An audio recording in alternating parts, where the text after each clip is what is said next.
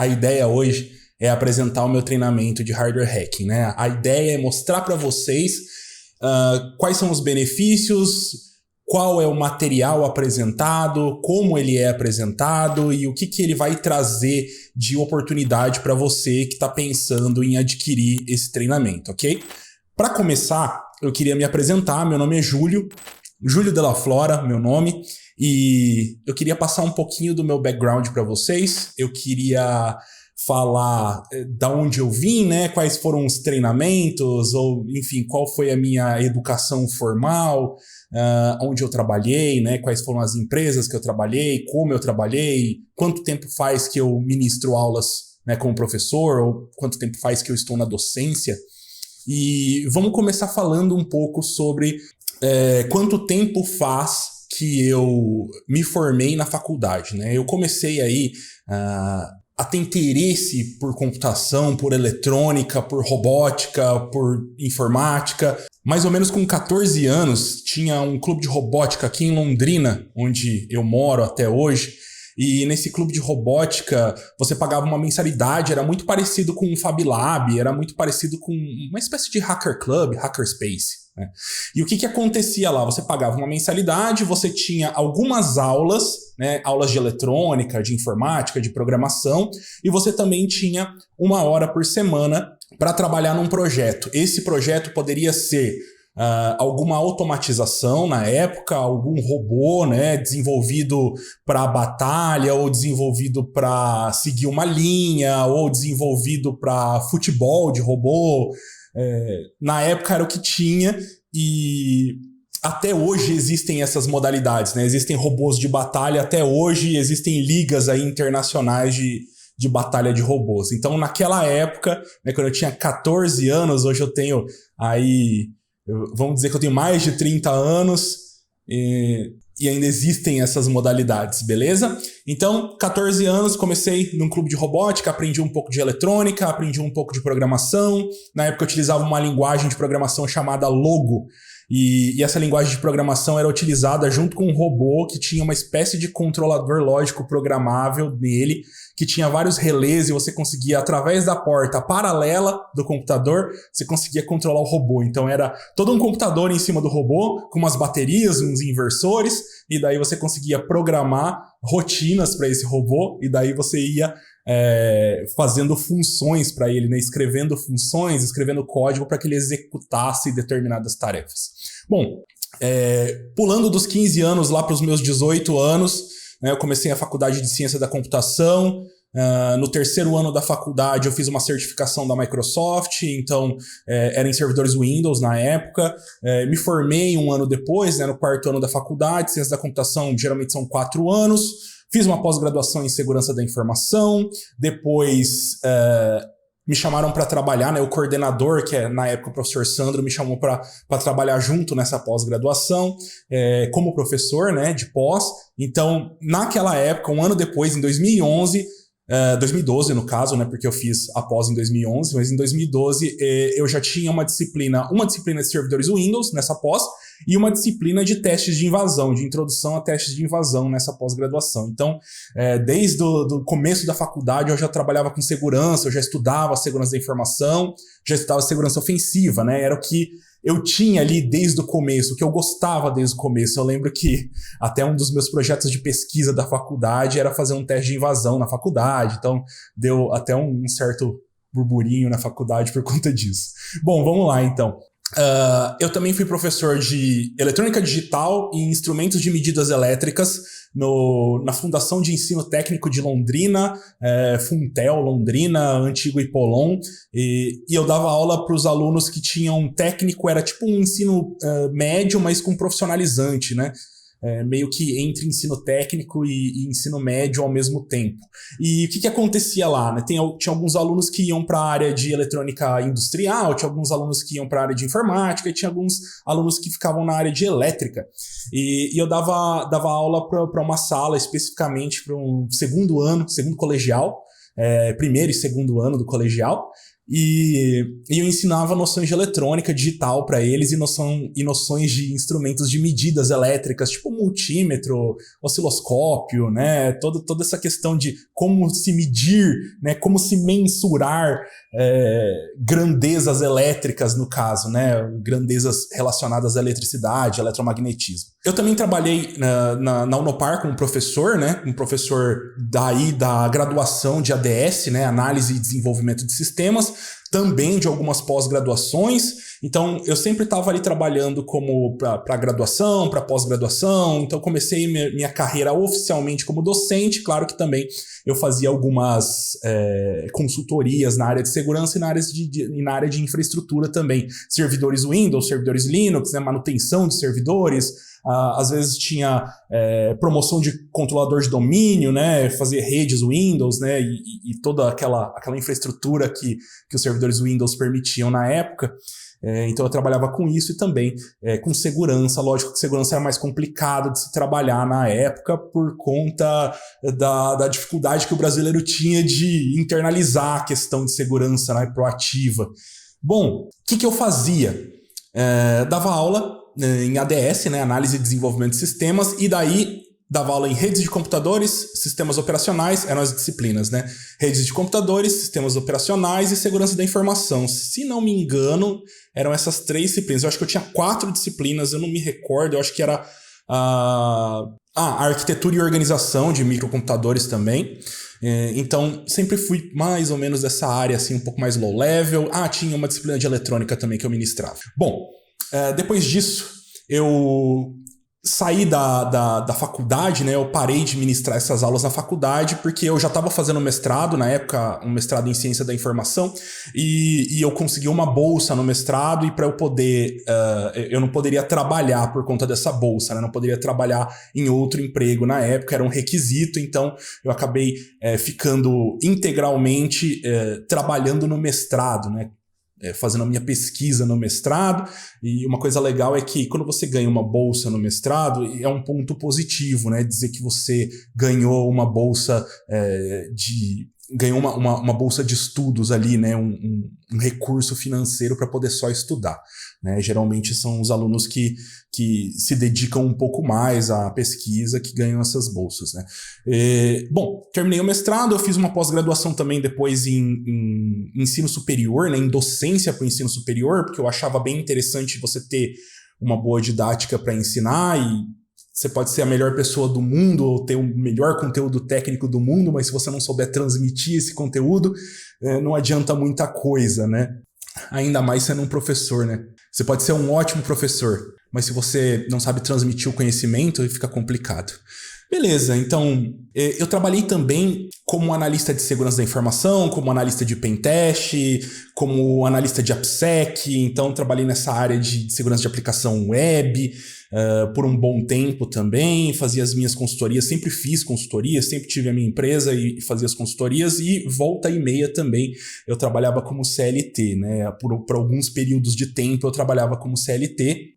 Em meados de 2018 para 2019 foi quando eu comecei a pensar em desenvolver um treinamento para hardware hacking, né? Quando eu comecei a pensar que segurança de dispositivos embarcados já era uma realidade por conta da OT, né, da tecnologia operacional, e do IoT, que estava muito em voga e que começou a aparecer, claro que muito mais discreto do que se imaginou que ia aparecer, mas o IoT hoje está presente na nossa casa, na nossa vida, de maneira, digamos que discreta, mas é muito comum se ver IoT, dispositivos wearable, né, vestíveis, e Alexas por todo lado, e carros que se conectam à internet, dispositivos IoT. Então a minha ideia era começar com esse tópico, falando também sobre Red Team, né, sobre segurança ofensiva, um pouco sobre segurança ofensiva e um pouco também sobre hacking de hardware, né, como de fato subverter dispositivos eletrônicos.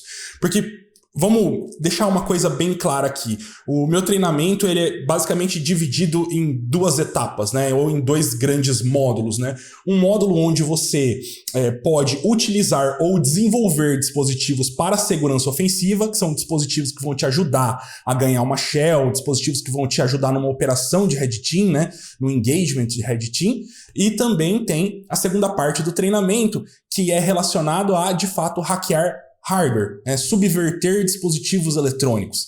Claro que um permeia o outro.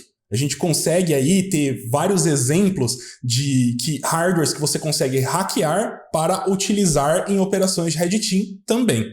Mas a ideia por trás do desenvolvimento do meu treinamento é justamente falar que existe uma etapa onde você utiliza hardware em segurança ofensiva. Então, todo mundo que é pentester, que vai fazer atividades de Red Team, que é pentester, que trabalha com pentest físico ou trabalha numa empresa, vai se beneficiar desse treinamento, porque vai conhecer um leque de dispositivos que podem ser utilizados para executar testes de invasão na sua organização, ou mesmo se você trabalha para uma consultoria, você vai ter todo um know-how de teste de invasão físico, né?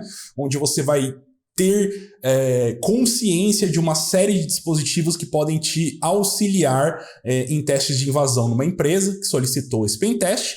E, por fim, também você vai ter um background relacionado a hacking de hardware, onde você vai ter noção de quais são as vulnerabilidades mais comuns apresentadas em hardware e quais são as técnicas de exploração mais comuns que você pode utilizar para subverter um hardware, ou para hackear um hardware, ou para extrair informações da memória de um dispositivo, ou para conseguir shell nesse dispositivo, e por aí vai. Então, eu tenho esse meu treinamento, eu comecei a desenvolver ele há alguns anos atrás, o treinamento sempre esteve em constante desenvolvimento, e esse treinamento começou, se eu não me engano, com 57 aulas, e hoje já passam das 100 aulas, né? Tem 100 e poucas aulas e aumentando, né? Não adianta eu falar o número exato, porque sempre vai ter uma aula a mais, né? A partir do momento que você assiste esse vídeo, vai ter sempre uma aula a mais, porque eu vou colocando as aulas, né?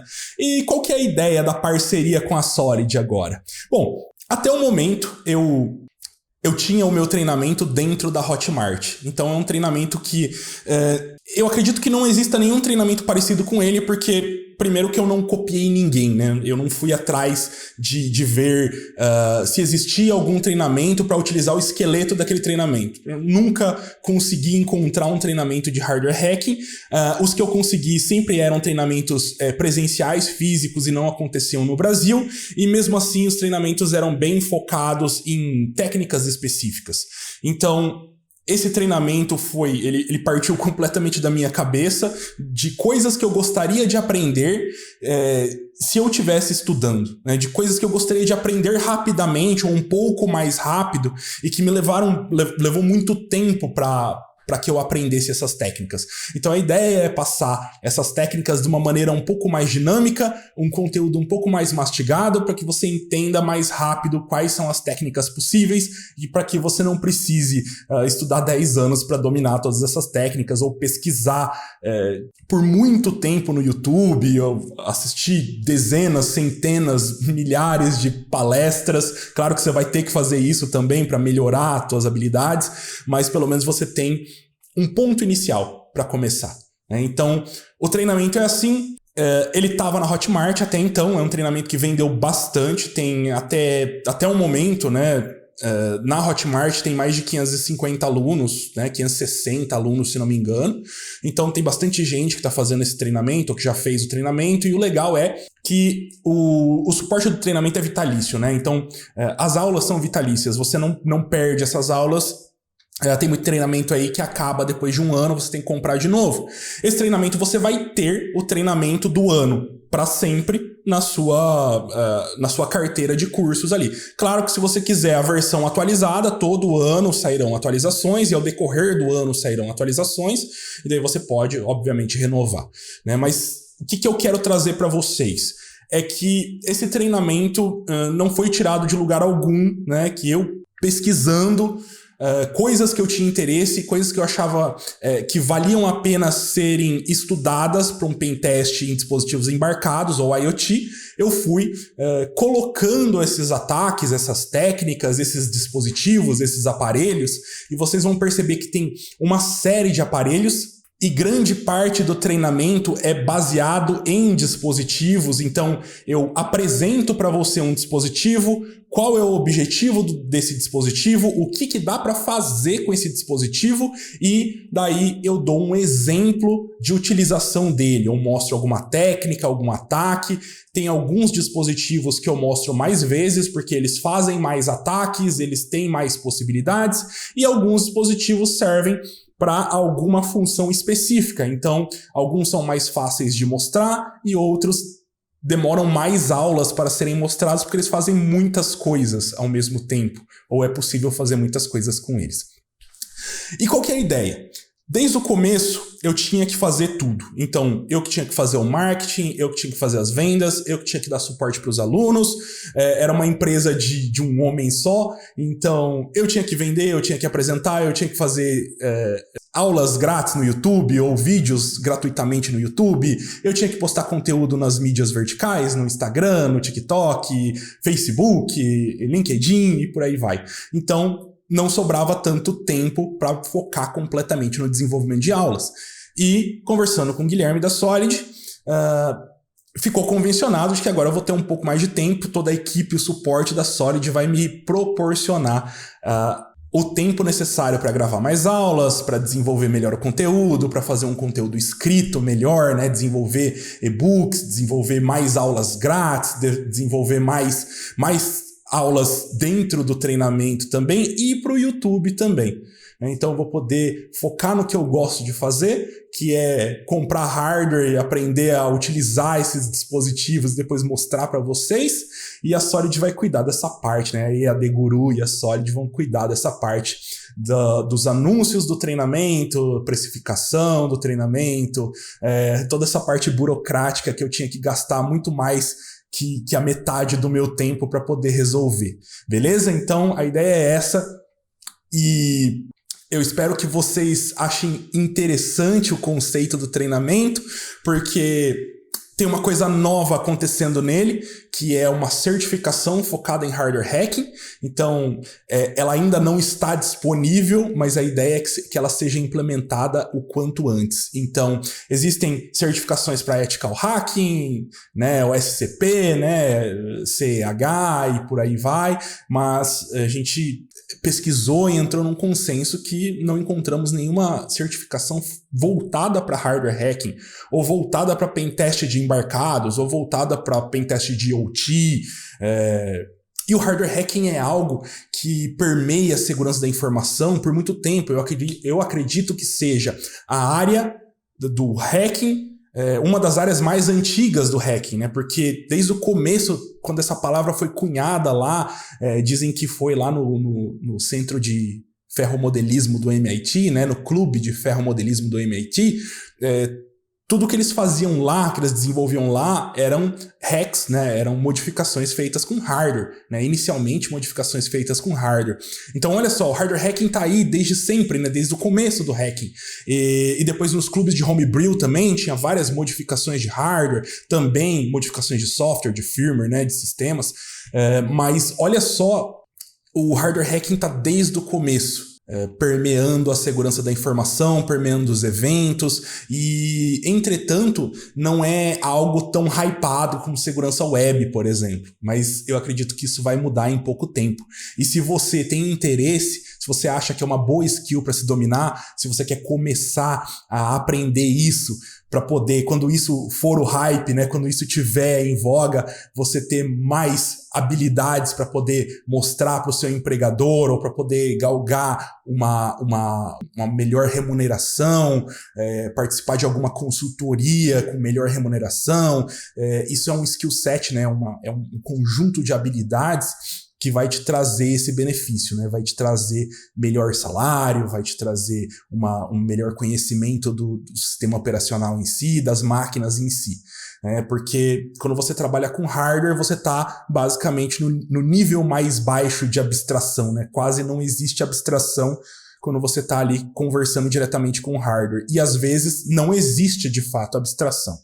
Muitos ataques a gente trabalha exatamente com pulsos elétricos, né? Com bits, né? 0 e 1, quando está em 5 volts ou está em 3.3 volts é 1, quando está em 0 volts é 0, e vice-versa, ou dependendo da maneira como se é codificado isso.